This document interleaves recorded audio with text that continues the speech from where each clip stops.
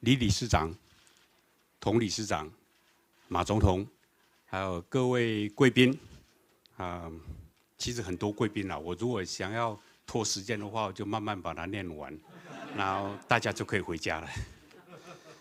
还有各位媒体界的朋友，大家早安，大家好。是有点紧张，所以我到今天早上还在写讲稿这个还在改啊。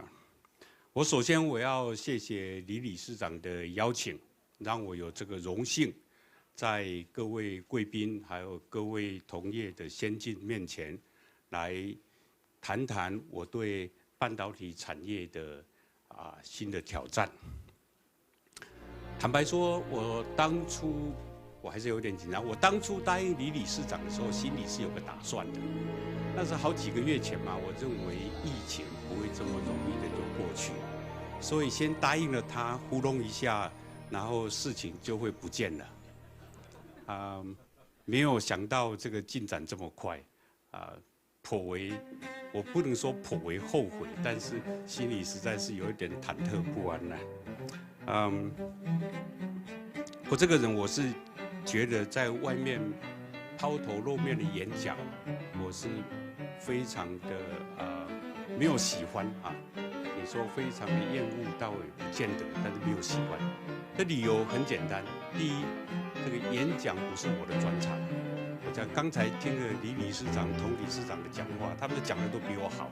我如果把我的看点给他们，说不定他们讲的会比我更精彩。第二，这个也有大为我的做人做事的原则。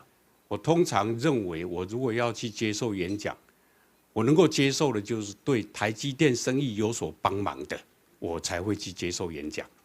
那么今天如果有我的客户在，那么就请你们多多下一点订单，让我有所收获吧。但真的joke aside，在外面演讲是有一点 show off 的嫌疑，这个炫耀不是好事。有 show off 的话，正是一个 CEO become arrogant 的第一步。这正是 Jim Collins 他在一本书写说 ，Why mighty fall？ 一个好的企业为什么会逐渐的衰落逐渐的走向灭亡？那么第一步一定是 CEO become arrogant。那没有一个 CEO 会承认这一点，但是我是引以为戒，所以时常警惕我自己，不要随便 show off， 不要随便去接受演讲。那除了 show off 的隐忧之外，我其实昨天李理事长才告诉我说有这么多的贵宾要来这里，我心里更加的后悔。我如果几个月前知道，我会找出各种的理由来推脱像说刚从美国回来啦，然后有 COVID 啦，染疫了啦，所以说拜托啦，没有关系其实有这么多的贵宾，其中还包含了3位校长。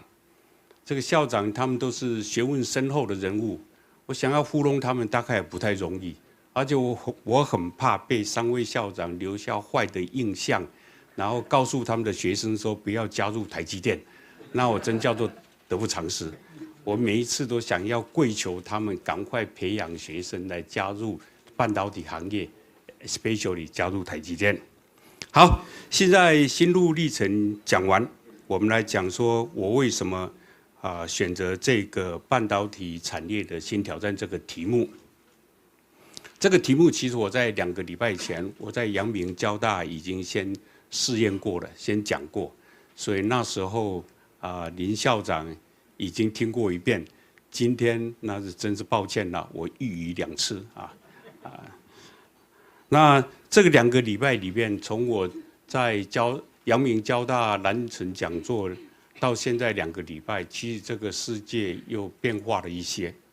我可以看得到，美国又联合了日本、联合了 Netherlands 来对中国大陆的 equipment 的 sanction 又加大了程度。那这个对中国大陆半导体行业的发展，当然也会增加不少的困难。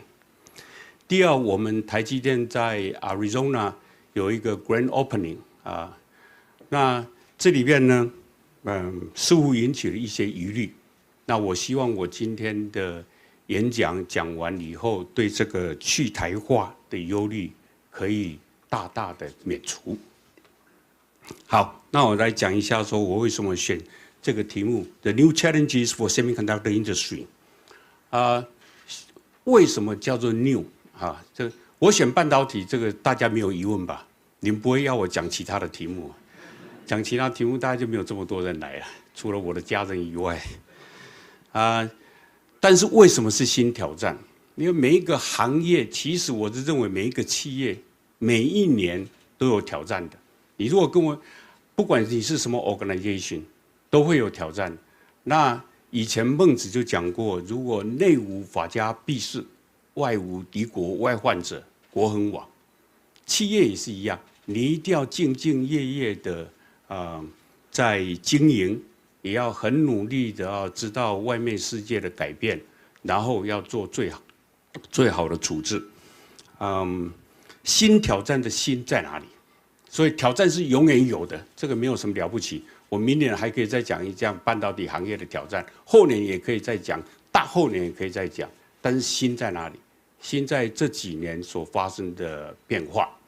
这个里面呢，有几个很重要的事情是地缘政治 ，geopolitical tension、geopolitical confrontation， 这个是一个以前没有感觉到这么强烈的。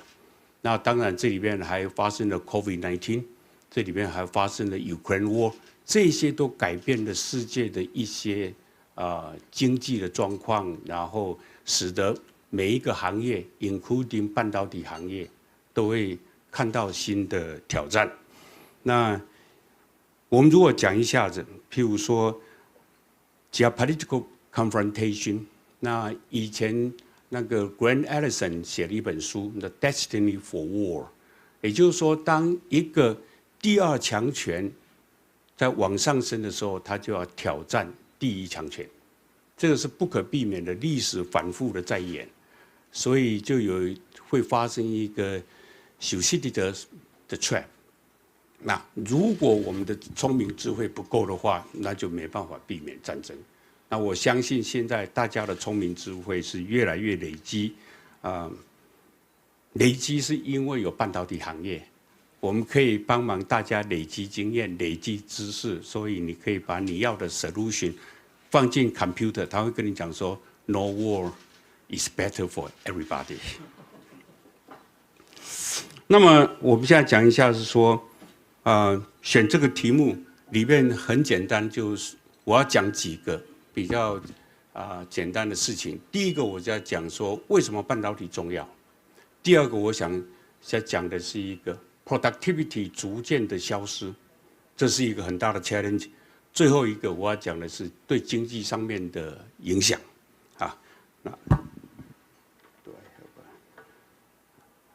那我从第一个来讲，一个我们想要的是一个比较环保、比较安全而且比较好的世界。那么这里面就会告诉你说为什么半导体重要。我如果不用麦克风，后面可不可以听得到 ？No， OK， 我 Thank you。但是你们怎么会知道要摇头？好，第一个我要讲的，说半导体为什么重要？为什么现在才重要，以前不重要？那我们现在讲一个是说 digital transformation， 就是说数位的改革。你知道我们以前想把我们的经验，人类跟其他的动物不一样的最大的地方是你的知识、你的经验可以继续的传承。absolutely 是 right。那么对每一个企业也是一样，每一个企业、每一个行业、每一家公司、每一个政府，每一年都得进步，要不然你就会被淘汰。所以这个要进步里面的很大的一个因素就是 digital transformation。譬如说，你如果没有把你所有的知识、你所有的经验、你所有所学到的任何东西，把它放进一个可以继续传承下去的，那么你要进步就有相当大的困难啊。但是你要把这种经验跟知识传承下去，你一定要有半导体，要有digital数位的转换。那这里面我再讲一个，这里面最近发生的就是 artificial intelligence。AI 跟5G 是重要的一个工具，那么半导体呢是促进它发生的最重要的原因。以前大家都知道，其实坦白说啊，我跟 GM 的工程师聊天，他说哦，自动驾驶10几年前他们就在做了，绝对没有错。他说这种东西你也不必用太多的脑袋，你就知道说想要把你开车的安全增进，最好的方法是什么？最好的方法是你车子撞不到任何东西 ，right？ 那你车子想要撞不到任何东西，你只要有多少的资讯，必须同时给车子，车子要做出它对应的动作。所以10几年前他们就开始做了，所有的 structure， 所有的 philosophy， 他们都 develop 好了。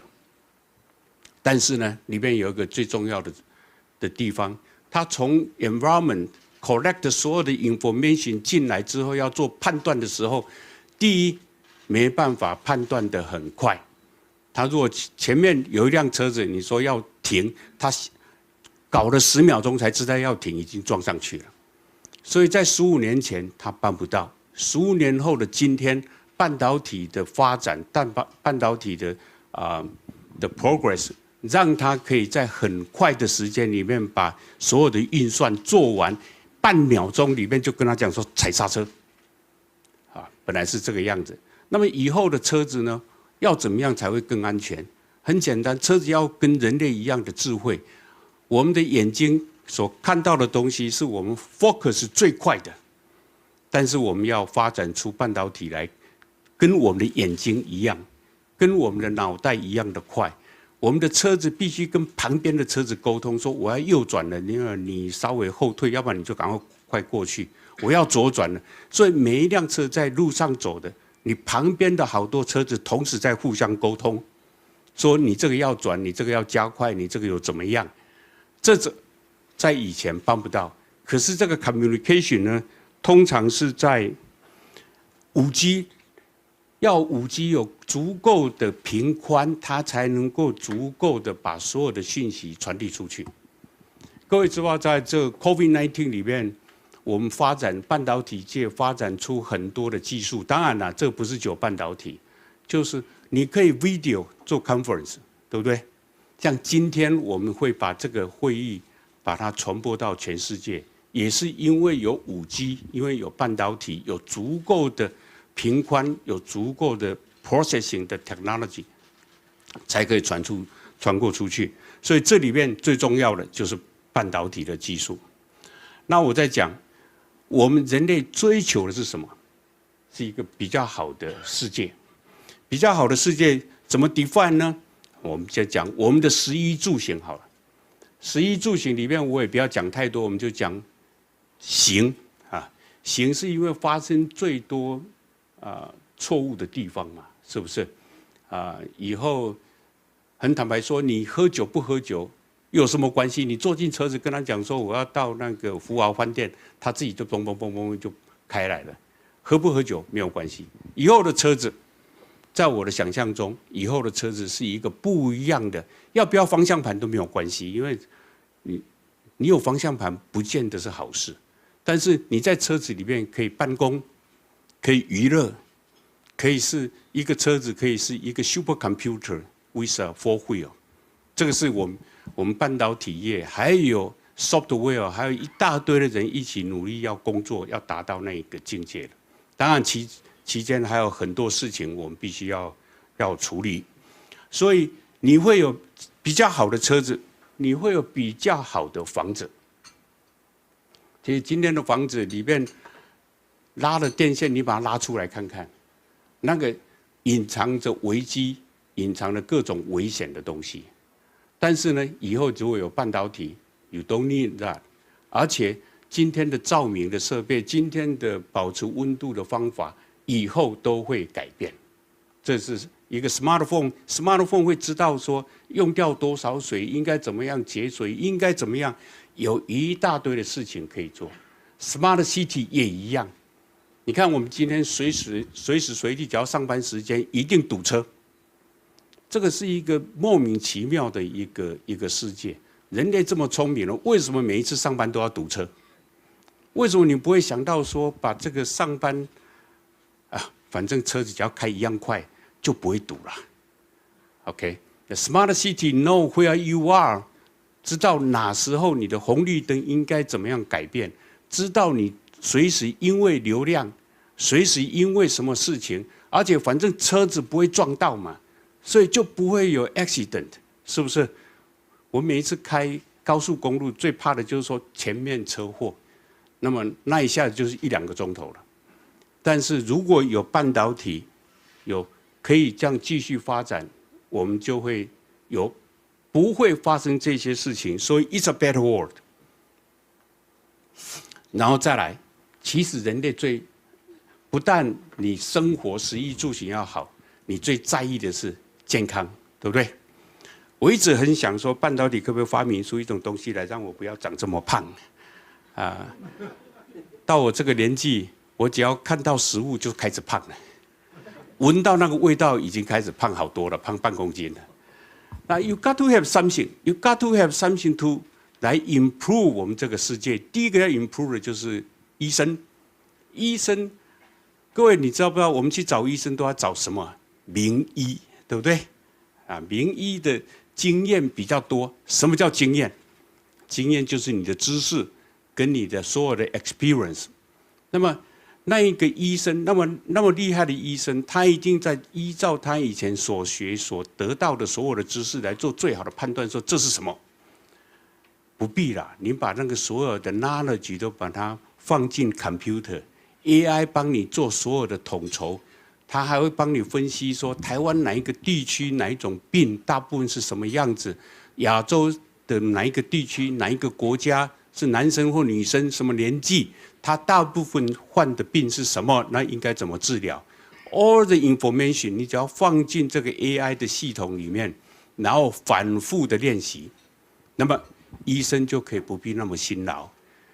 我每一次看到我的工程师他们就跟我讲说，哦。血汗工厂，我说好，你工作多少时间？他说已经血汗工厂嘛，那都10个钟头。我说你知道医生工作多久时间吗？这是think about it。我不知道这里面有没有医生。柯市长，医生的工作时间远比半导体工程师工作时间长得多。我可以，除非你们用了 AI。所以我们可以再用半导体这个行业这一种的工具来帮忙全世界变得更好，这就是我要讲的。那么这就是为什么半导体是 important。这个其实不必我讲，大家都知道，只不过是我在利用这个当做个引言，所以说以后的世界会要怎么发展。那第二个呢，我就开始讲我们所害怕的事情。一个 diminishing productivity， 所有的公司每一年都在精进。我们的坦白讲，所有的政府、所有的企业每一年都要精进，你才不会被淘汰。可是呢，有一个事情发生了，让你这些 productivity improvement 呢不自然了，然后没有办法继续发生了。那么这里面发生了什么事情呢？从我们的地缘政治到 COVID-19 到 Ukraine War， 这些事情一起发生。当然，这发生的里面有几个事情被single out出来。第一是半导体突然变得很重要了。你就要想想看到有 COVID-19 的时候，大家怎么开会的？大家都在家里，要怎么开会？还是用 video。我刚才讲了，你要有 video 的话，你的那个 bandwidth 要够大，你才可以看得到。我不知道各位的感觉怎么样，我总觉得打电话是一个很冰冷的事情。打电话里面说 no， 那是一种好像很得罪人。如果是 video 看的话，你说 no 还有一点表情。如果面对面，那就更棒了，对不对？所以我每一次跟我的客户要求价钱的时候，我都是面对面的。这个你知道吗？这要有技巧，所以我才不喜欢 video 的。所以呢，我们来看到最后，因为这几件事情，这个 geopolitical tension 或者 confrontation， COVID-19 Ukraine War， 第一个碰到的就是我们的供应链，对不对？因为那时候大家都不准去公司，然后在路上不准有交通，然后飞机停飞，轮船停驶，所以所有的供应链都被打断了。这时候人类才知道说这个可怕，所以这个可怕，然后大家提出来的 solution， 我是觉得有一点不尽善尽美。所以呢，每一个人都想在这个 supply chain 的 resilience 方面呢得到 advantage。每一个人就想到说，我如果多拿一些货，我的敌人就拿不到，是不是？这就是 inventory create 出来的原因。你不应该多拿，你一定要想要多拿，因为你怕。然后另外一个是想要把你的对手给干掉，所以他 create 很多的 problem 出来。但是每一个人都想到一件事情：如果这个是我自己做，我就不用怕。所以 create 出一个不一样的思考方式，跟 create 出一个不一样的做法，然后这个的做法，坦白说不尽善尽美。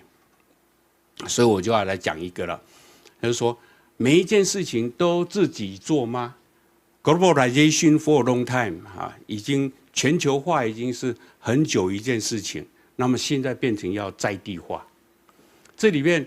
什么叫全球化？全球化就是人类累积20-30年的经验，知道谁做什么比较好，对不对？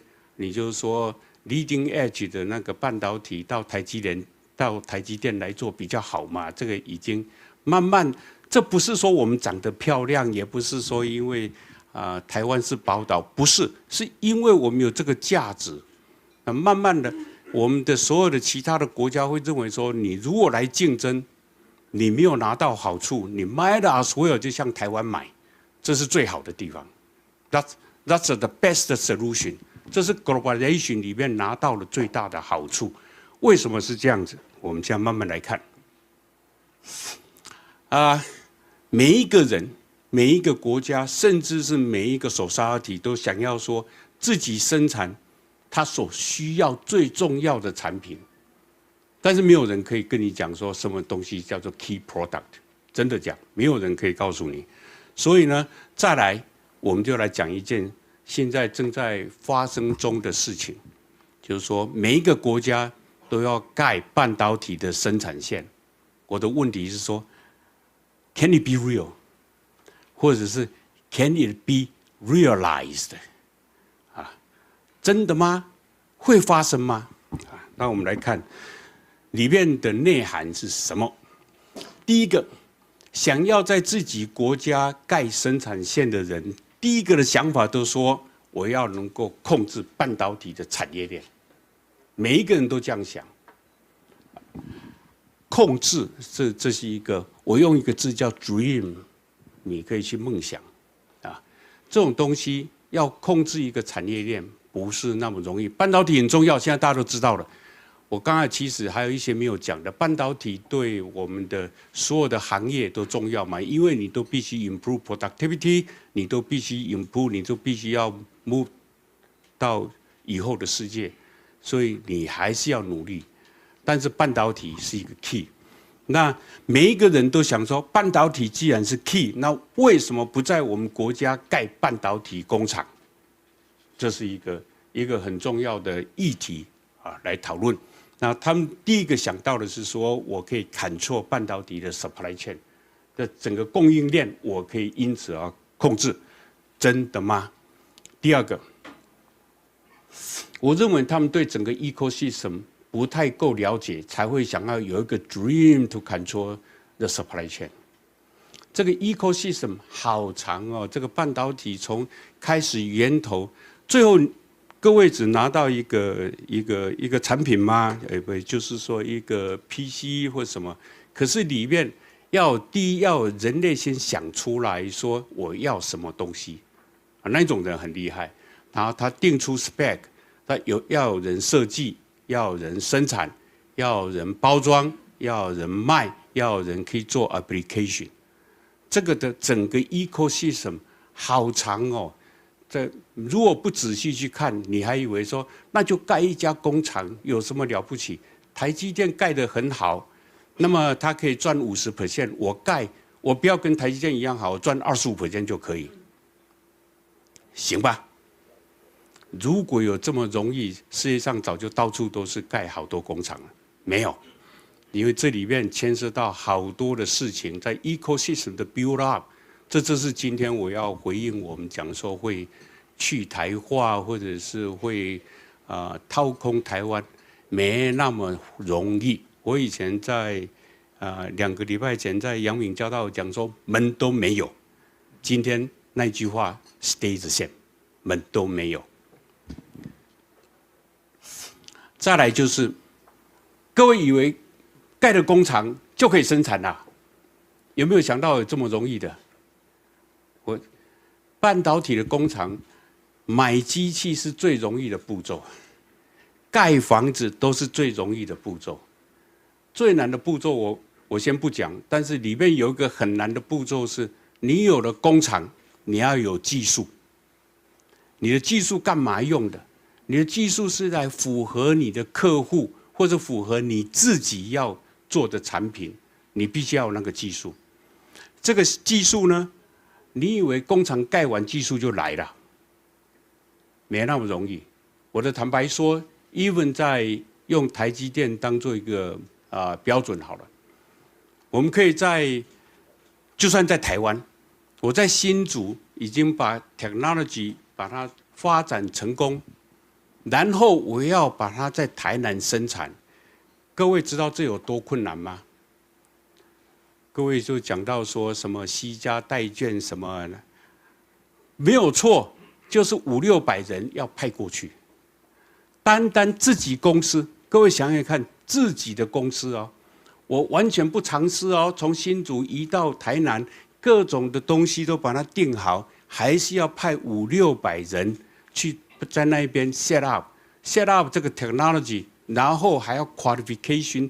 然后还要跟客户沟通说，这个看起来都完全一模一样，这有说不出的困难。单从新竹移到台南，你就不要讲说从新竹移到美国，或者是你什么都没有，你就要盖一家工厂，想的容易啦，用想的比较容易。再来，我要讲一件事情，就是说，你有了工厂，你有了技术，你以为你从此飞黄腾达？没那回事，你还是必须要有一个生产的技术。今天半导体的技术不是只有研发了，连生产本身都是一门学问。生产可以让一个研发出来的技术呢更加的成熟。为什么一个技术要成熟？技术是来赚钱用的，技术不是拿来好看用的。那你如果能够赚钱，你要替你的客户着想，你的客户所生产出来的东西，它必须能够赚钱，那么我们这种方嘴才会赚钱。所以这个是我一直讲的。所以你有了技术以后，还要会生产，这没有那么容易的。再来就讲一个好，从 physical power 到 brain power， 这是我最喜欢的一个题目，就是说每一个国家 globalization 完以后，我们用我本来想用美国当例子，你要想想看哈，人类发展的历史中，什么就2种，一种是体力，一种是脑力，对不对？脑力远比体力来得重要。那我跟各位讲，什么叫做脑力好了啊？脑力就是 software， 就是 software is more important than hardware. I'll tell you the truth。那一个靠体力来生产的行业，那么是计算时间的；靠脑力的是计算知识的。所以以前我们不是讲是说全球化以后会知识化，会或有知识的才能够往前进吗？那我最喜欢的一个行业就是银行，这是一个很有意思啊，纯粹把脑力发展到极致的行业。为什么？因为第一，他用他的方法叫你来存钱，他又用他的方法叫你来借钱。那你存钱跟借钱中间，他没有印钞票哦，不要 don't make me wrong， 他没有印，他也没有怎么样，他就把中间这样子存进来，拿出去以后，就把一些钱放在自己的口袋。没有比这个行业更棒的了 ，even better than semiconductor industry。I'm pretty sure， 你要想想看，美国的，在美国那些 Wall Street 的那一些家伙，相当的聪明，所以世界上最大的 investment bank 都在美国。这是美国他把脑力发展到极致的一个地方。包括我的客户，他们为了发展产品，也都是在用脑袋来生产。包括我们讲一个我喜欢举的例子，就是 Louis Vuitton。那是脑力。Louis Vuitton 的那个包包为什么每年都要涨价？各位有没有看过？我去 study， 我去买了书，我来买 study， 我在想说台积电的 wafer 可不可以每年涨价？也一直在想。我以前心里很的一件事情就是台积电的 wafer 的价钱每年都一直降，整个半导体行业的产品每年都一直降。那我想说奇怪，那个 LV 的包包去年做的跟今年有什么不一样吗？它在涨价，所以它在 share value。如果可以 share value 的人，就是用了脑力，而不是用体力。那当然还有很多的例子告诉你说脑力有多重要。另外一个，现在世界发展的趋势说 work from home， 那也是要 reduce physical power。而增加你的 brain power， 这个有什么影响？这个是就是我真正要讲的，每一个国家必须要碰到的，就是你的教育系统。你的教育系统是随着企业改变而改变的，对不对？你不会说这个国家什么都没有，你就开始在做 semiconductor 的工程师，那你找不到 job。所以，当一个 society 已经成熟到已经大部分用脑力的时候，他就不会去 develop 用体力的工作的 skill。然后，在美国一样的道理，半导体行业他们认为是体力远比脑力多。当然，台积电把它 reverse 这个 trend。我们认为说，他们以前不够深入，才没有用到脑力。那现在 TSMC 呢，把它更加深入。所以 develop 就是说 brain power still very important 在 semiconductor， 但在大部分的国家，尤其是像在美国，我无意批评，但是在美国，我如果是在美国的话，我会是 computer science、financial engineer， 或者是 it's all much better than semiconductor 的 fabrication， 一定的。所以你到那个地方去呢？你拿不到足够的工程师，这种趋势 even 在台湾都在发生中。我们台湾的年轻人认为说到工厂工作是一个那个是苦啊什么之类的，错了。其实，在半导体行业用的是脑力，比较少体力。但是我们的年轻人他喜欢 computer science。因为一个人就可以，或两个人或三个人就可以成立一家公司，然后就可以 make money。那一样的 trend，education system 跟你的 training 的 system 完全已经不在这个行业的时候呢，你就拿不到足够的 resources。这是每一个国家他想要自己盖工厂，认为有那么容易吗？我会认为那个国家自己要先想想，从一个最基本的来看，它是在整个工业化的程度里面，它是在哪一个地步？所以它的 education system 跟它的 training system， 跟它所有的government 的 structure 或者 policy 都要随时的改变。这样子你才能够发展出一个行业来。所以不是说我把一个工厂搬到哪一个地方，第一，于是就那个地方就会发展得很茂盛，一句话门都没有。第二，台湾能够发展到今天这个地步，那是30几年的努力。其实台积电今天会稍微，我可以讲说稍微成功，不是台积电很厉害，是台积电跟台积电的协力厂商。我们有一大堆的协力厂商跟我们一起的努力，来 build up 这个全世界最 efficient 在 semiconductor manufacturing 的地方，不是台积电啦。如果台积电孤愣愣，我跟你讲也没什么了不起，而且还得有机器厂商，还有我们的设备厂商，还有我们一些协力的所有的厂商。even 最简单的一个硫酸，美国都得到台湾来买。OK， 像我们在 Arizona， 我们如果要用硫酸，我们得从台湾运过去。The reason is very simple， 在美国没有那么多的人在用硫酸嘛，所以我为什么要发展出来？那台湾呢？有台积电，有联电，有旺宏，有一大堆，大家都在用，所以它有利可图。这就是整个社会的趋势跟 economic 的走向。这个 supply chain 不是一天 build 起来的，是慢慢累积出来的。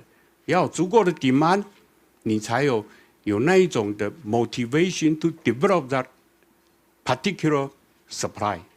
那整个 supply chain 加起来，这我不知道要怎么说，非常的复杂，所以没有那么容易。Again， 我就跟各位讲说，你有钱，你可以 build 一个生产线，然后从此就完了，就不会有再进步的情形。所以我们要讲，最后我再讲一个我们的挑战是什么。刚才讲完了，就同时回答了好几个各位心中的疑惑，就是说，是不是盖一个工厂，那么就开始成功了 ？The answer is no。是不是很容易就把一个产业移植到另外一个国家 ？The answer is no， 没有那么容易。整个 supply chain system， 整个 ecosystem 都必须要 well develop。里面我要讲到一个，当然我从来不忽略水电啊、土地啊，那些都要，但是最重要是人才。人才是这一个国家或那个社会几十年 develop 下来的结果。所以呢，你如果要培养一个半导体的工程师，我已经做了我必须做的努力。我跑到台中一中去跟我的小学弟讲说：各位，从现在开始啊，有利可图啊，加入台积电。为什么要跑到台中一中？是高中哎，因为第一，他要有兴趣去考大学，啊，要考理工科的大学，他不要读其他的系，读理工科的大学。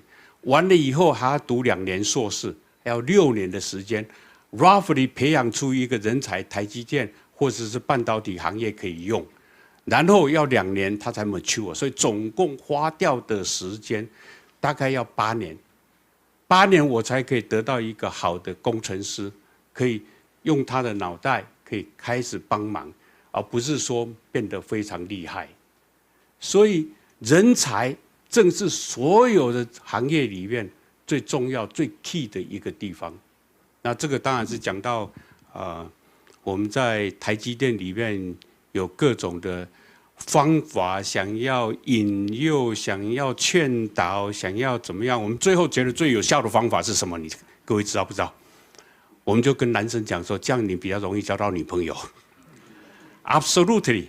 然后跟女生讲说，你看台积电的生产不是微幅的生产，是生育率是整个国家平均的5倍。Why？ 因为你有足够的 financial power， 你才可以 settle down with your family， 这是最重要的。我用的其他的手段都好像不太有效。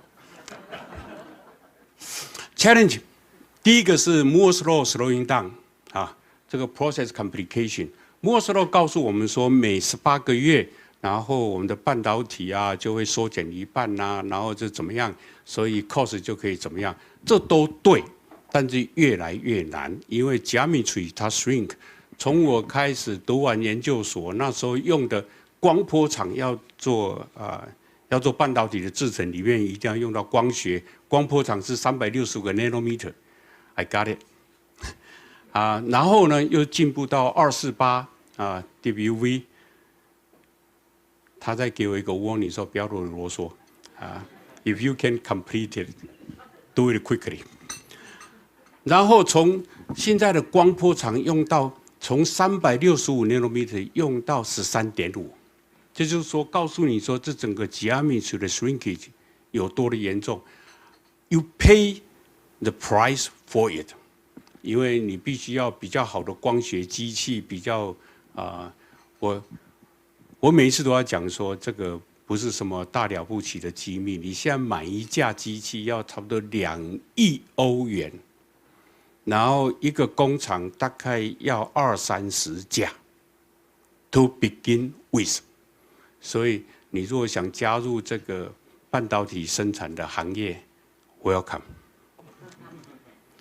第二个，真正的挑战在于成本，因为我买的机器越来越贵，在25年前、30年前，我在 TI 工作的时候，买一架光学的stepper， 只要1个 million US$， 今天必须用200个 million euro 去买一架。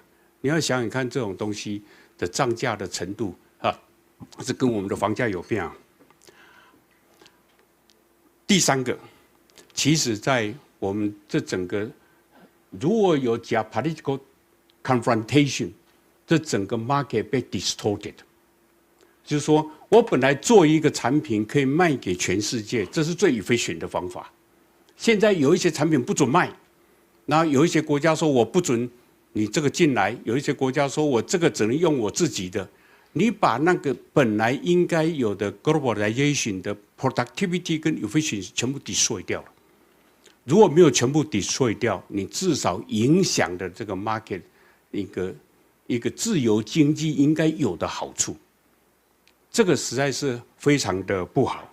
但是我要讲一个最可怕的事情，就是说真正的让我们觉得不好，是因为从此互相之间的信任跟互相之间的合作开始 weaken 了。开始降低了。你现在如果跟美国、跟中国大陆讲说，请你们开始合作吧，他说，对不对？这个里面的信任跟合作是人类本来往前进步的一大动力，这个被 weaken 了，被慢慢降低了，这不是一个好的现象。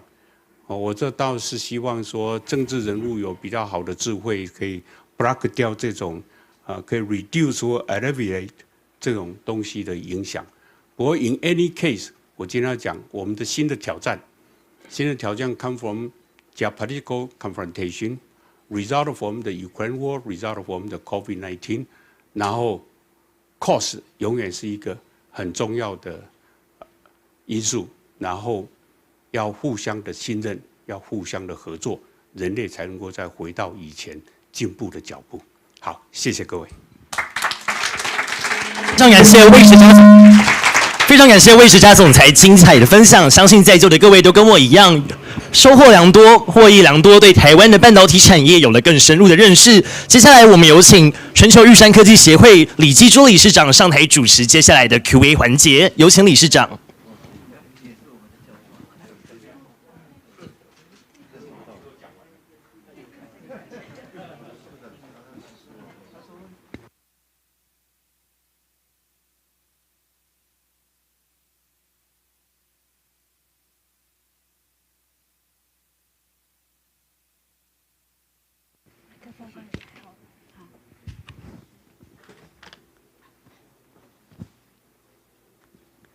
这个下面呢，我们就进到这个 Q&A 的环节哦。那很抱歉，为什么我主持？倒不是因为我是这方面的专业，反而是因为玉山科技协会里头这方面专业实在太多了。根据过去的经验哦，我们特别麻烦我们玉山科技协会的这个成员来做这个主持工作的时候，结果主持人自己就讲了一半的时间，所以我来这边做主持的唯一的贡献就是节约大家的时间，尽量把时间都留给大家哈，来请教我们今天的主讲人。不过呢，在请教主讲人的这个问题之前呢，我还是要把这个主讲人的丰功伟业稍微介绍一下哈。刚才司仪太快来不及讲。事实上，我们这个魏总裁呢，他本身是交大毕业，所以今天母校师长在这边哈。所以然后在美国耶鲁大学拿到博士学位。但事实上，诚如他刚刚自己提到，他在半导体产业的经验在进入台积电之前就非常的丰富。他本身呢，最早开始如果没有记错的话，哈，这边的资料的话，他就是先在德仪，好，在德仪技术研发部门，啊，接着下来呢，又在意法半导体。然后也是在这个研发部门，好，所以我们可以知道魏总裁的这个在这个半导体产业的技术方面的这个功力非常的深厚。接着下来又加入了新加坡的特许半导体，也就是在他进入台积电之前，他本身在方面有累积非常多在这个产业领域的经验。那这家公司呢，我是觉得也是我们要在凸显他这么有分量之前，介绍一下台积电哦。刚才我们在讲说整个半导体啊，在我们整个 GDP 等等哦，那其中我们也可以来讲一下，就是以台积电来讲哦，它的占我们的 GDP 哦9%，啊，这我们，那我们也可以看它的出口占整个半导体产业的呢38% 左右，好，那它的产值呢，在我们整个半导体产业将近47%，就占掉整个半导体产业的一半江山哦。那就我们学金融来讲，非常关心就是它在股票上的市值啊，啊。它股票在上的市值大概有27% 到30% 之间的一个波动，所以呢，我们政府每次要救股市的时候，第一个要拉的股票都是台积电，因为拉你一下，这个权重这么重，马上国家指数就上来了，所以显见你对金融产业也是很有贡献。台积电，好，我们现在就把时间呢开放给现场，不晓得各位有没有什么问题？好 ，Niki 也是我们现任的这个玉山科技协会的秘书长，好，卢超群理事长跟那个。魏兄啊，我昨天夜里3点钟接到我们的理事长说，明天你们半导体的人要问问题，所以跟大家讲哦，如果有很多人认为是刚才讲什么是艰苦行业啊，还是爆钢行业啊，他晚上3点还在工作，所以我们见证他们比我们半导体要辛苦。我3点钟会看到，是因为我刚从美国回来。可是我说银行业是比半导体更棒的行业嘛。好，那我底下的这个问题，我觉得很有意思，要讲一讲。因为15年前呢，这个 Rick Tsai 做台湾半导体协会理事长，韩国办全球半导体协会大会，所以6个区域，美国、日本，这个欧洲、中国、台湾都去。但是呢，张董事长那次要特别去，他特别飞到韩国，所以我有机会去问他，张董事长，你为什么这次要来？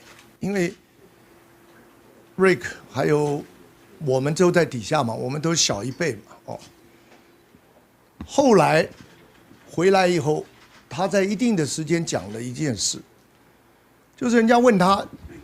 三星那么大，当时台积电我想这个 CC 也在非常努力了，但是 Morris 是 CEO， 但是那个时候台积电特大，那个三星特大。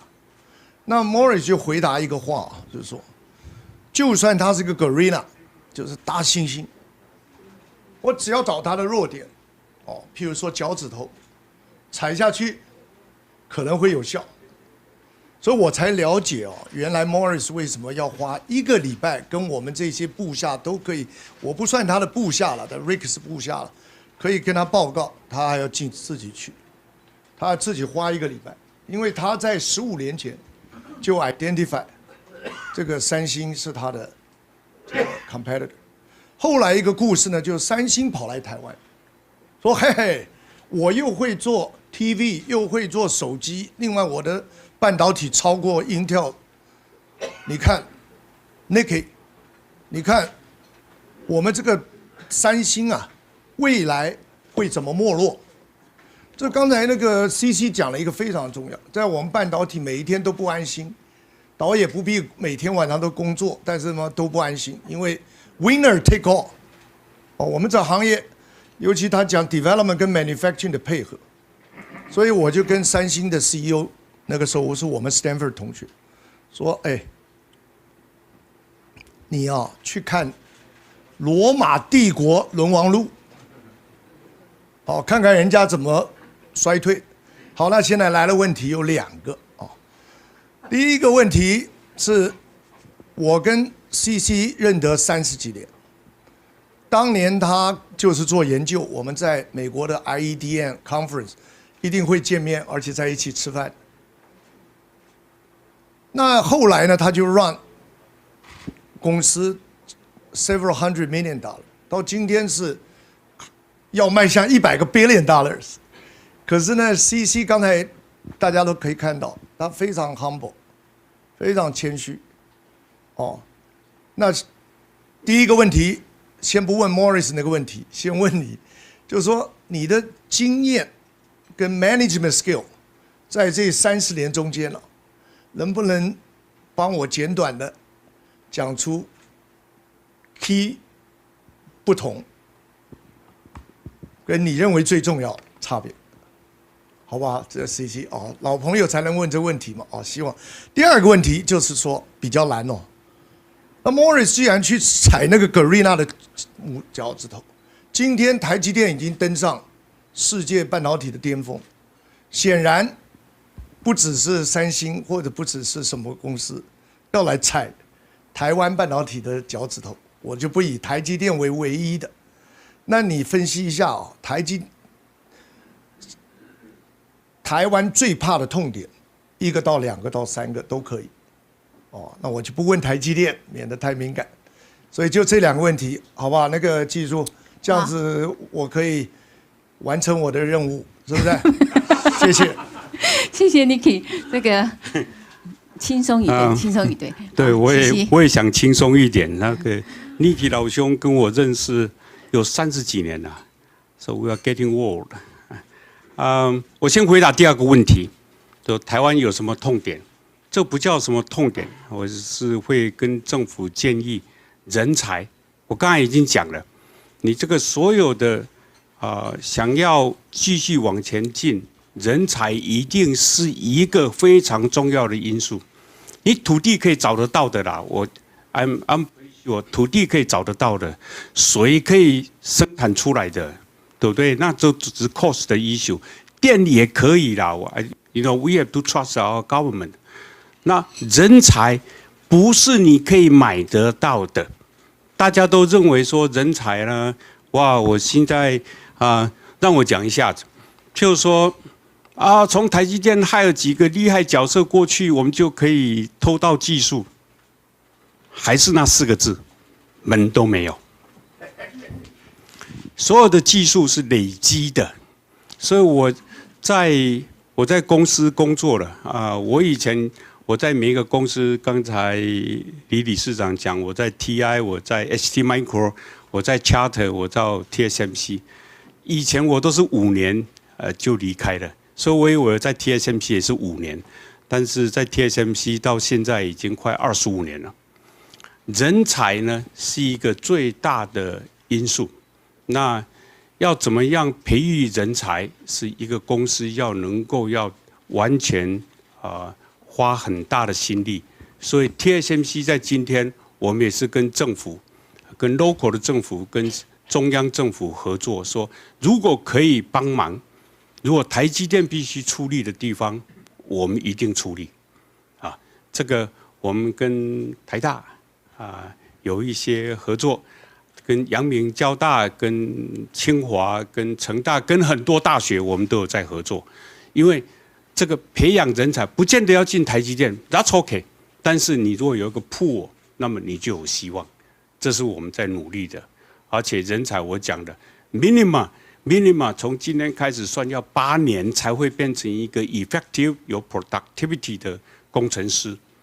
那么你要想到以前，我以前都不太相信什么10年树木100年树人啊，这种东西，或者是100年树木10年树人 ，it's OK， 你都是用10年来当做一个baseline， 所以这个国家或者是这个地方，或者世界上任何一个国家、任何一个地方想要有半导体这个行业，那么我的劝告第一个不是拿钱，而是人才的培养。那至于你问的第一个问题，说我怎么 develop 出来我的 management skill， 我没有什么 skill 啦，我就 follow。你从一个管实验室的，到你现在要迈向100个 billion dollar， 你自己感觉你的变化跟重点？你要有，我跟你讲一个重点，你要有好老板。他的 last name 姓张，Then you know what I say. OK 好，这个非常谢谢这个西西哈，就很精简的回答您的这个问题。这边我也稍微补充一下，确实是这个台积电在 push 这个政府培育人才，尤其是半导体人才上，确实花了很大的力气。所以去年的时候，立法院特别通过了一个法案就是所谓的产学合作跟创新创意学院。其中最大的力量推动就是半导体，还有我们这个 Niki， 还有这个我们这个汪董哈。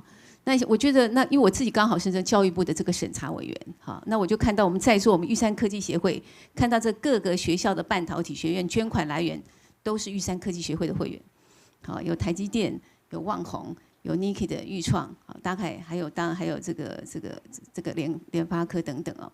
现在重点是说，我觉得这些半导体公司们都非常的慷慨，都不啰嗦，然后每个学校都捐，每个学校都很多钱。那政府做的一个政策就是说，好，那你们业者捐多少，我就对应出多少，让你们培育人才。重点是，好，刚才他说叫我不要点名那几位哈，我们的会员也在反映，就是说，可是培育的方向不是业者所期待的啊，那培育的人才可能不是他们要的啊。那后来我也跟他们讲说，没有关系，如果你们我本来以为说我们半导体已经是在全世界竞争了，应该不用担心，因为你们的市场比较不在国内，不用担心政府大胆的讲。可是后来发觉还是一样哈，我以为只有我们金融产业、银行产业才有这样的一个高度监管，所以也不见得银行产业特别高度监管才会讲。其实半导体产业有，所以我们也很乐意做这样的一个平台，把它收集起来。要不然这是非常可惜哦，因为这样的一个学院给了很大的弹性，除了钱之外哦，就是你业者捐多少，我们就对应捐多少。这更重要，它是排大学法，所以它可以每个学期就毕业，或是改 quarter 制，可以跟既有的不一样。好，那可是我是觉得有这样的一个机会，其实要好好的把握。所以这是为什么这一次我也特别麻烦3位校长啊，事实上请了不止3位校长来参加我们玉山科技协会，就是在这个整合跟我们的会员，尤其是半导体产业的会员在谈，因为我自己刚刚讲，我是本身刚好是教育部这个委员，在审这个过程里头呢，在收集资讯过程，我发觉是有落差的，所以也很希望这个大学校长刚好有机会参与这样的一个活动呢，也能够多多了解一下业者期待有这样的机会的时候，怎么去培育出来他们要的人才。好，做这样的一个补充。好，谢谢。那请问现场还有没有？好，来。我们这个洪教章是我们东南亚经济峰会的台湾区的理事长。东亚哈，谢谢魏总裁和理事长。我想请教的是有关日本的问题，就是我们知道我们台积电到日本投资，那我想请教总裁，就说您对到日本投资的愿景，譬如说未来技术的层次或者它的规模可能会到哪里？第二个就是我们知道日本也好像有在筹组半导体的联盟，你对他们的未来的竞争力的看法如何？谢谢。先回答第二个问题 ，as usual。如果一个 company 或是一个国家想要跳跃式的在技术上进展，我不能说不可能，但是相当的困难。何况我也不想那个日本想要做2 nanometer， 对不对？2奈米的技术。那么我其实想问他们有没有3奈米呢？有没有4呢？有没有5、6、7、8、9、10呢？都没有。那么他们就发明出一个我们很想讲的叫弯道超车。各位知道不知道弯道超车的结果？就是保险公司要赔钱嘛，对吧？所以I don't know， 我不想comment这个地方，因为他们一定有他们自己的打算。OK， 那我先再来回答你第二个问题，是说我们到日本设厂，然后现在我看报纸也写啦，说我们一定会再怎么样。我跟各位先 share 一下我为什么到日本设厂，因为日本显然也不是一个很便宜的地方嘛 ，right？ 那么为什么？那当然很简单，因为我有个客户，我必须要 support 他，然后那个客户恰好是我最大客户的最主要的 supplier。如果我最大的客户的产品卖不出去，我的3奈米、我的5奈米也卖不出去，所以我为了这个的 strategy， 然后我就决定了说一定要 support 那个日本的客户。那但是我的坦白说，我们的人才不够，人力不够。所以我就跟我那个客户讲说，我人力不够，你必须帮我忙，要不然我就不来。然后我还可以讲说，我 offer 给你，我 technology 可以给你，你自己盖。他没办法，他慢慢的，其实很多公司慢慢的就知道了 ，technology 是一回事 ，manufacturing 是另外一回事。所以他说他没办法，所以他只好跟我们合作。然后里面有一些工程师是他派过去的，现在在台中也不瞒各位说，有200多从日本过来的工程师正在受训，然后再来你又会看到说什么500、600人惜家带眷，台湾又要被掏空，又会回到日本去把那个生产线再把它 bring up 起来，来 support。我日本的客户最后的结果是要 support 我最大的客户，这是一个 strategy， 这是我们内部讨论的。OK， 那会盖多少 ？Let me keep it as confidential information。好，谢谢，你要不要站着算了？起站也是很累。请问，好，我们阳明交大林校长。哇。哎，这个校长也还要问我？没有，我只是 comment 一下，因为刚刚您各位，我是阳明交通大学校长林奇宏，因为刚刚被点名了，包括您演讲里面特别提到这个人才培育了哈，那也提到这个产创学院，那我是想 point 到一点哈，其实我现在看人才有一点很重要哈，就是人才的流动力，我们过去。大家比较不 focus 这个人才的流动力，觉得人才最好是定在一个地方，然后我们就培养出什么？那刚刚总裁也讲了，要从高中开始至少8年哈，好像在念医学院一样哈。那所以这表示说，我们如果在很快的时间内要 catch up， 其实人才流动力是重要的。所以我们现在在产创学院里边之外，我们也跟劳动部合作，做一些比较短期的。我不晓得从这个观点来看，那个总裁是不是也可以给我们一些的 comment？ 这是我们现在的 strategy。没有错，其实我们也参与了这个人才的培育啊。真的叫我们讲说，现在开始等8年，等8年 ，you gotta be kidding！ 我今年就需要，明年也需要，后年也需要，所以这中间当然有权宜措施的方法。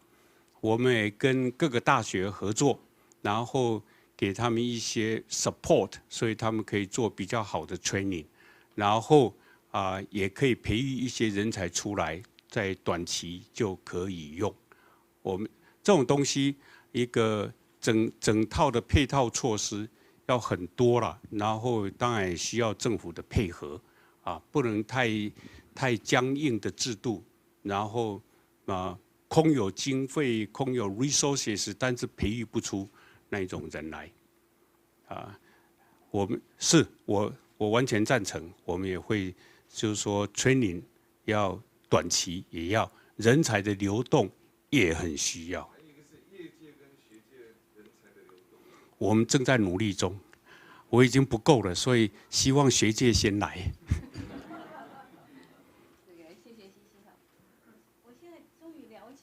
计划的时候要求说，如果你业者要捐的话，至少要8到10年。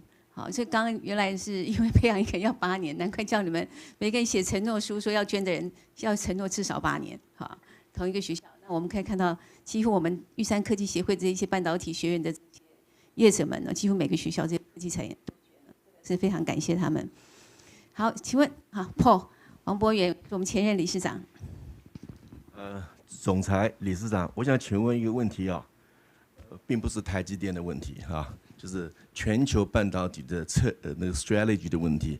现在中美为了半导体产生了对抗啊，那么也限制一些限制。那我想请问一下，中国大陆假如他要反制的话，他的反制的策略是什么？除了在 WTO 告他的话，我想这也没什么作用的。就是他还没有initiate他的反制的一些 action，OK，所以我想请问一下，他的反制的话会采取什么样的？Paul，谢谢。这个应该问中国大陆的政府吧？那 me， 其实，在 globalization 的过程中，每一个国家都扮演一些很重要的角色，用台湾当例子，你知道我很多 equipment 全部都是从国外输入进来，但是我们扮演的一个角色就是把那一些 equipment 用到极致。其他的国家没有做得我们好，可是那一些机器设备呢，都是从国外进来的，所以每一个人都有个角色，还有一些 raw material， 还有一大堆的东西，所以我相信每一个国家，如果想要对抗，大家都会很凄惨的过活。That's not the solution， 坦白说，但是慢慢的，我相信，我们的智慧，人类的智慧会慢慢摸索出一条路来。这里面当然刚才讲到一个修饰的那个 trap， 就是说强权的老二要挑战老大，是可以和平相处的，不见得一定要分出胜负来。那我的感觉是这个样子。I don't have enough wisdom to say further。这个可能马总统还比我更厉害很多，所以的。那我们马总统要不要 comment 一下？没有。好，请问现场还没有问题？对不起。容我先忘了，有一个人写了一个问题，比较简单，所以我先问一下。我马上因为看是媒体桌开始，一些朋友就是有位现场的朋友，他问说，台湾电动车产业的产值未来是否可能超越半导体产业？那时间要多久？我的回答是可能，时间要多久还不知道。这个请问那一些汽车产业的重要人士，譬如像刘董事长刘董事长 of Foxconn， 或者是裕隆的严董事长，他们会比我更 appropriate to answer the question， 不是我。好，请问刚才有举手的这一座，这就是你问的问题，已经帮你代问了。好，谢谢。那我们美国 DC 刚好分会的理事长回来，Terry。Washington DC。您好，谢谢你们今天来演讲。我是玉山科技的肖一白。我的问题是，Warren Buffett 现在投资台积电，那因为他之前重仓 Apple 以后，就直接造成了 Apple 的这个市值很多的翻倍。所以我想说，Warren Buffett 投资台积电会对台积电跟其他台湾的产业有什么影响跟持续的效应？谢谢。我也希望有 positive 的影响嘛，对不对？但是他也没有跟我打电话我们 just happen to be， 我也在 invest more on 台积电的股票。那我也希望有很好的影响。你看他投资了 Apple 就一路往上。我也希望他投资台积电，然后我们也是这样我可以回答各位的问题，里面是讲说我们的策略虽然股票很重要，但是对台积电来讲，我认为最重要的是技术、生产还有客户的信任。没有这几样 ，we going nowhere。然后，如果我们的成绩很好，我不怕这个股票市场的怎么反应，因为有一天它一定会反映the truth， 这是我忠实的信念。对，我们也要对这个西西总裁有信心，他连续2个月各买200张台积电。How did you know？ 我是借钱去买的，因为开玩笑，实在是还是觉得有一点。好，请问现场我们开放啊，这位，抱歉，您是，这我就不认识。我是台湾人工智慧林雅萍哈。我一直相信说，晶圆代工是我们所首创非常创新的一个产业，但是它之所以可以变成一个产业，当很多半导体业者，尤其是一些先进的人，他不相信晶圆代工可以变成一个产业的时候，是由台积电用赢得客户的信任，用 integrity 去赚来的，还有而且它不单纯是一个 service， 它包括 integrity， 还有产生一个 trustworthy 的一个产业哈。那所以我相信我们企业非常重视的就是 conflict of interest， 就是我们过去我们一直都很能够 manage 客户之间 conflict of interest 的问题。所以我相信我们公司也现在目前进入到一个国际化，它已经不只是接国际的客户或者是赚外汇，它已经到了说要 globalize， 就是到各个地方去部件生产线，而且很多国家很多地域都开启双手来欢迎台积电。但是同样的，我们也要考虑到提升到这个 level 的时候，题目稍微简短一点。OK， 就是说它的这个 conflict of interest 我们要怎么样去面对？因为尤其有那么多的地域，它为了我们量身定做那么多的法规跟补助。那未来来讲，说长远来看，我们是不是也会融入到这些地缘的上面的一些政治，或者它在地面它的 local domestic 的这个政治上面的影响？那我们有没有办法去评估到说，这未来可能到我们量产已经有收入的时候，可能到了4年、5年的时候，我们可能面对的 challenge， 这是我的问题。谢谢。回答还是很简单。其实台积电到每一个地方去，我刚才用日本当做一个例子 ，It's for customer。我不是为了日本政府，我不是为了美国政府，我是为了我的客户。我的客户需要台积电在那里生产，我们就过去。这个牢不可破，因为客户永远是我们心目中 No.1 的 priority。Conflict of interest。在台积电完全没有，我们对每一个客户都很真诚，所以客户之间是竞争者，对我们来讲不是难事。我们不泄露他们之间的任何的机密，我们也没有产品跟客户来竞争，所以客户都信任我们。Key essence 还是 technology manufacturing， 还有加上他对我们的信任。至于会对什么 politics or something like that， 我们完全 ignore。完全是为了客户着想，是这个样子的。当然，我也很相信吴董事长讲的，没有一个企业可以跟政府对抗，尤其是当地的政府 ，right？所以我们完全服从法规，服从法规之后，我们是完全跟客户合作。台积电能够成功啊，我一直跟我们内部的同仁讲，一定要客户成功以后，我们才会成功。这 sequence 不是同时，什么我们一起共存、共荣、共长，没那回事。他们先要 be successful， 台积电才有生意可做。就用这样的 philosophy 来服务我们的客户，所以每一个对我们我不能讲说完全褒奖有加，但是so far so good。谢谢。刚刚提到这个吴董事长，就是我们吴敏秋董事长。那当然，请看报纸。就万宏董事长。好，我们这个台湾的这个也是我们科技产业的智库啊 ，Digital Times 的这个现在是董事长了，之前是执行长。秦勇。魏总裁，各位朋友好，大家好。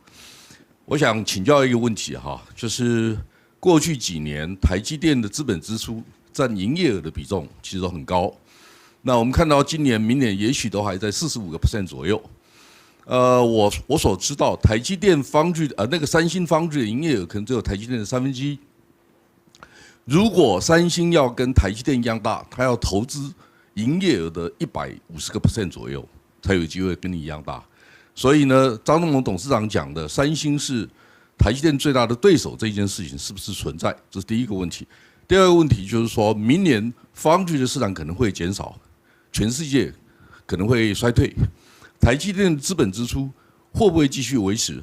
我想过去那个 Morris 你的好老板提过哈，谢谢。Learning Curve Believer， 他相信如果是一个领先的公司继续维持领先的话，这个差距会更大，让竞争对手看不到车尾灯。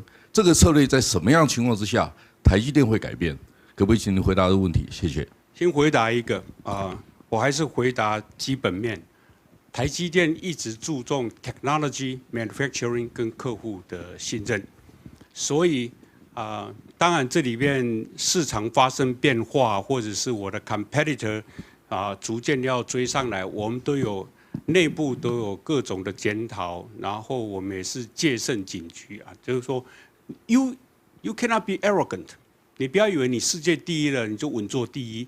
我刚才已经用那个孟子讲的话，内无法家必士，就是说我在公司里面，我们所有的人的讨论都是会讨论说，如果这个输了会怎么样？如果那个输了，那真的是会输吗？然后外无敌国外患，我现在有三星还有美国一家公司，号称4年做5个 technology， 就2025年就会赶上了。所以我们还是一样非常小心、非常的努力，在维持 technology 的 leadership， 这是唯一的策略，没有其他的策略。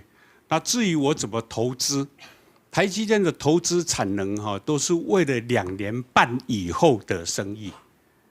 各位听清楚，我们的投资都是为了2年半以后，所以绝对不是说明年生意坏了，我投资就降低了。我今年、明年的投资是为了2025、2026，而且这种的长期伙伴关系是跟客户建立起来的。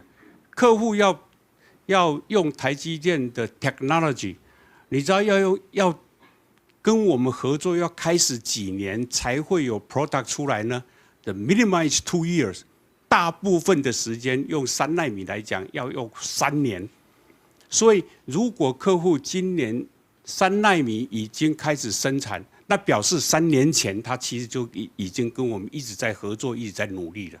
所以你就知道说，我们今天跟客户的合作已经在看2025、2026了。那我的投资也是要跟他一起的商量出来的结果。我所作所为都是为了要让客户的产品在市场上成功，然后台积电才会成功。所以投资这个 capital intensity。都是为了2年半以后 ，minimum 2年半以后。OK。不过台积电真的很厉害，从2021年之后，每年都是300亿美金以上的支出，capital investment，而且都不用现金增资可见是不还是很痛苦。可见是多么这个 margin 多么高的一个公司因为可能时间的关系我们必须要先结束，还是你可以再容忍一些问题吗？我可以。Be flexible 已经来了嘛？对。好 ，OK， 好，谢谢。这个好，这一位，我们剩下的我们可不可以等一下就把问题一起问了，你一起回答，好不好？我们就不一个一个了。谢谢魏执行长我是智胜工业的林彦亨，那我代表台湾的产业供应链那谢谢我们台积电，那给我们这些机会，有机会发展，然后也有机会一起作为国家群山一起往外走。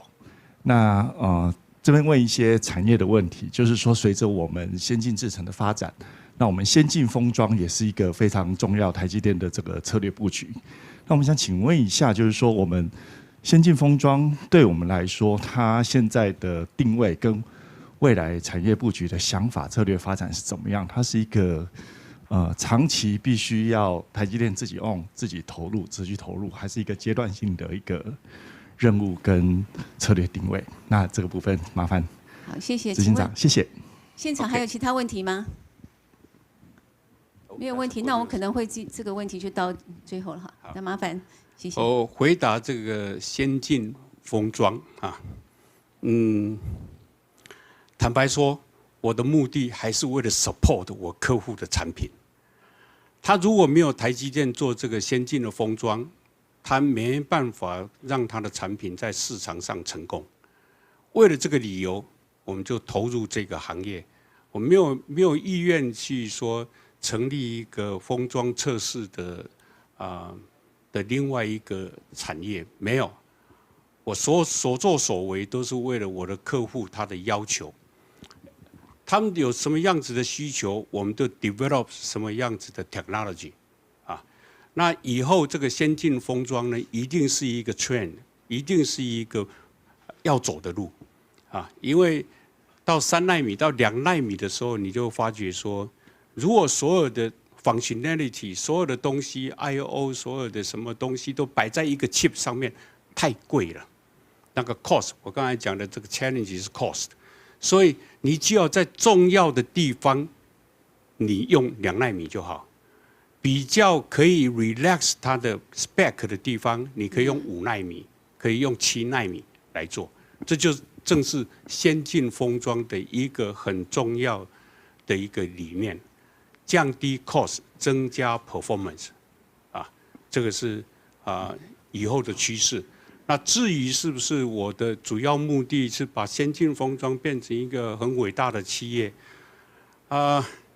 我们专精一致，只做晶圆的制造服务。OK， 非常谢谢这个我们魏哲家总裁，他今天非常短的时间里头，可是很精准的告诉我们说，晶片呢是在未来追求一个这个 better life better world。好，美好的世界，而且更安全的世界，然后更绿化的一个世界里头，非常非常重要的关键因素。可是虽然整个大环境开始改变了，我们可以看到，不管是 COVID 啦，或是政治区域政治的改变呢，所以大家都很希望在自己的国家里头建立自己所谓的关键产业或者关键技术自己的一个生态系，或是在他自己的区域里头做这样的一个建立。那这个时候呢，魏总裁告诉我们，大家放心，其实不是那么容易，好，不是那么容易。那有些人担心去台化，总裁也告诉我们说，不用那么担心，啊，不会有这个去台化的问题。好，那而且呢，在这里我们也可以看到一个成功的企业啊，除了刚刚他们一直强调这个台积电一直强调 integrity 之外，还有一个很重要的特色就是永远先把客户的利益放在自己的利益的前面。啊，我们要协助客户赚到钱。我们再考虑其他，我觉得这可能也是台积电能够跟他的合作伙伴一直能够维持这么稳定和很好的合作关系很重要的成功因素。可是我自己是觉得啦，你不得不承认大环境已经变了，靠着我们的业者在这边应付这个大环境的变化，其实还是非常的辛苦。我们的政府如果没有办法帮助我们业者去排除政治上的某些压力的话，至少是不是多出一点力，把国内的环境做好？刚刚谈到的人才缺乏，啊，人才缺乏，还有那5缺中间的4缺，是不是多花一点心力把这方面做好？我相信这就是对我们业者已经最大帮助了啊！所以这是我们这个帮业者做一点简单的呼吁。好，最后再一次谢谢大家参与这样的一个盛会，谢谢。非常感谢魏哲家总裁以及李继珠理事长，有请2位留步。台湾玉山科技协会准备了感谢状，我们先让有请李继珠理事长代表致赠。好，有请2位看向前方的镜头。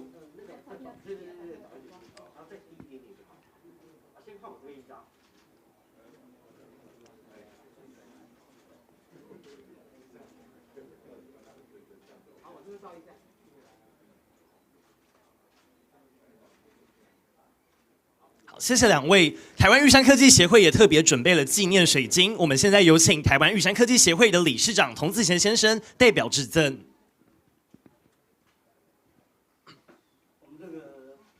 单价比晶圆低很多了啊！谢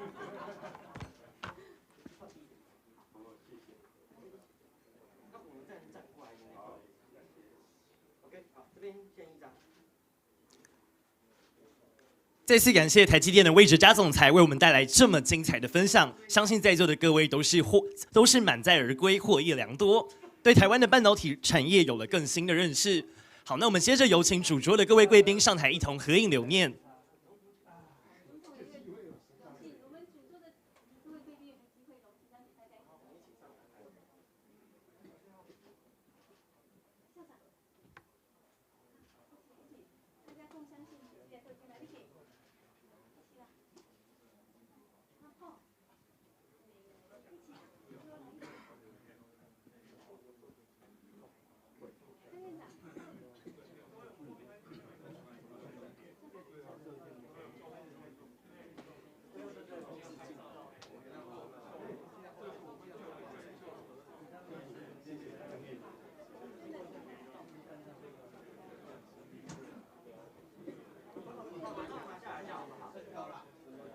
再麻烦各位贵宾将口罩取下，看向我们台前的媒体朋友们的镜头。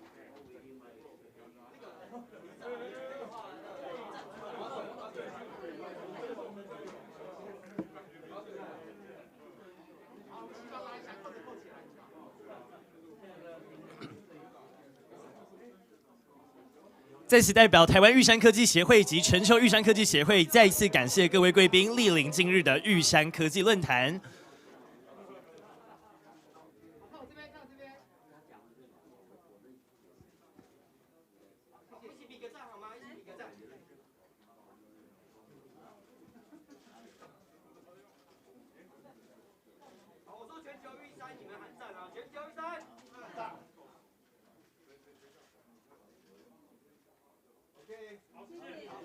谢谢各位贵宾，有请各位贵宾回座，也谢谢各位媒体朋友的摄影。